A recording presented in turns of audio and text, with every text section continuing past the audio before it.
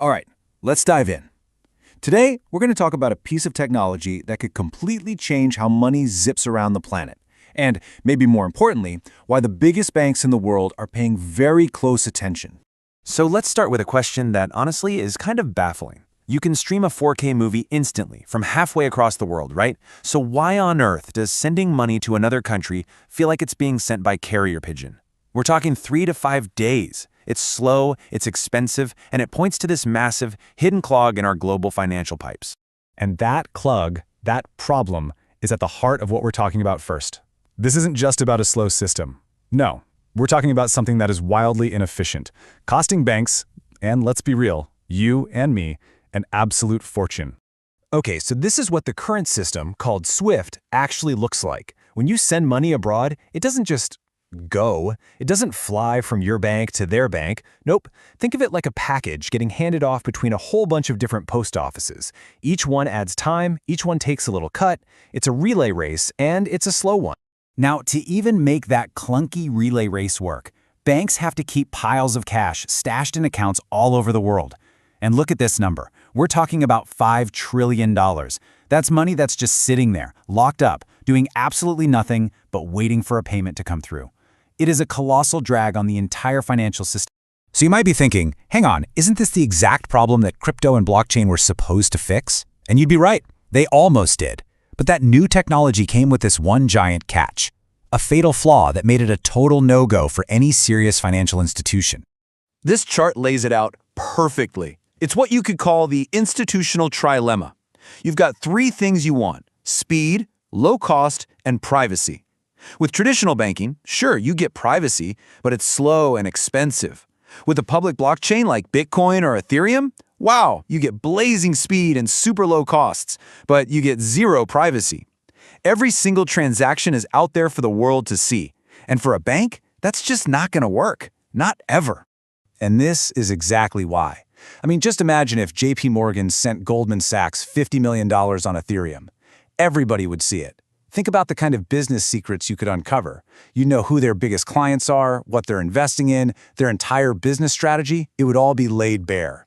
This total transparency is the #1 reason big money has kept its distance from public blockchains. But what if you could have it all? What if you could get the speed and the low cost of a blockchain, but with the rock-solid privacy of the old banking system? Well, that's where this incredible breakthrough in cryptography completely changes the game. The solution is something called a zero-knowledge proof, or a ZK proof for short. Now, that sounds super technical, I know, but the core idea is actually pretty simple. It's a way to prove that something is true without revealing any of the secret info that makes it true. Here's probably the best way to think about it. Imagine you're at a bar, and the bouncer needs to check if you're over 21. Normally, you'd show your ID.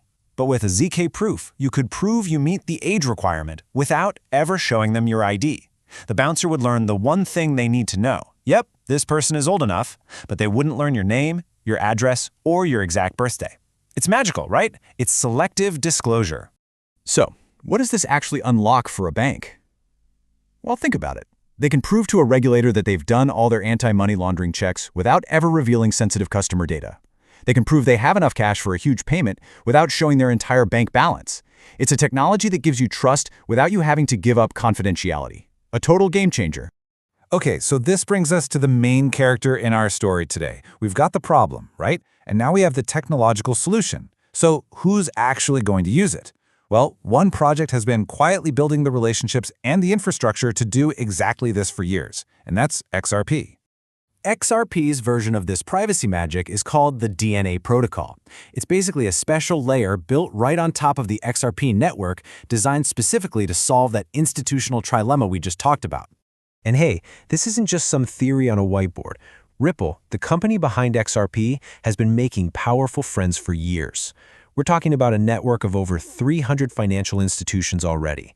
A major Japanese bank has already confirmed they're going live with this for payments. And there's a deal with a Fortune 500 tech giant that could give 6,000 corporate clients access.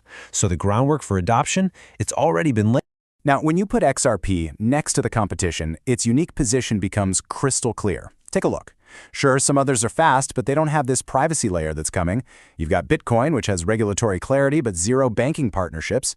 XRP is really unique because it's aiming to check all 4 of these boxes: lightning speed, a real privacy solution, deep institutional relationships, and, crucially, legal clarity here in the US. So yeah, the case for it is pretty compelling. But let's be real. A revolution in global finance is never going to be a straight line. It's never without risk. So let's take a look at the road ahead, both the major milestones that could prove this whole idea right and the pitfalls that could send it off the rails. This timeline shows that this isn't some far-off 10-year dream. We're talking about key events slated for 2026. And these aren't just little software updates either. The first live bank payments going through in Japan, the full activation of the DNA protocol, these are make-or-break moments that could prove this entire thesis right in real time for everyone to see. And if this all plays out, what could that mean for the price of XRP itself? Well, some analyst models are projecting a pretty significant upside. You've got moderate targets in the $5 to $6 range, and some of the more aggressive models are pointing even higher than that. The idea is that this jump would be fueled by big institutions, banks, payment companies, needing to actually buy and use XRP on a massive scale to move their trillions of dollars. But, and this is really important, you have to be clear-eyed about the risks.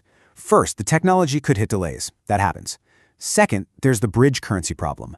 Banks might use XRP for just a split second to make a transfer. They buy it, send it, and immediately sell it. That wouldn't create the sustained buying pressure everyone expects. And funnily enough, Ripple's own stablecoin could end up competing with XRP for the exact same payments. And of course, let's not forget, the crypto market as a whole is and will likely remain incredibly volatile. So, when you boil it all down, the entire thesis comes down to this one sentence. Institutions need privacy to adopt blockchain. Zero-knowledge proofs are the technology that solves this, and XRP is the one that's been positioned with the banking relationships and the regulatory clarity to actually capture all of that institutional money flow. Which leaves us with one last, really fascinating question to think about. Is all this technology we've talked about today going to empower the existing banking system and just make it way more efficient? Or is it going to empower a whole new generation of finance to bypass that old system entirely? The answer to that question is going to shape the future of money for decades to come. Thanks for watching.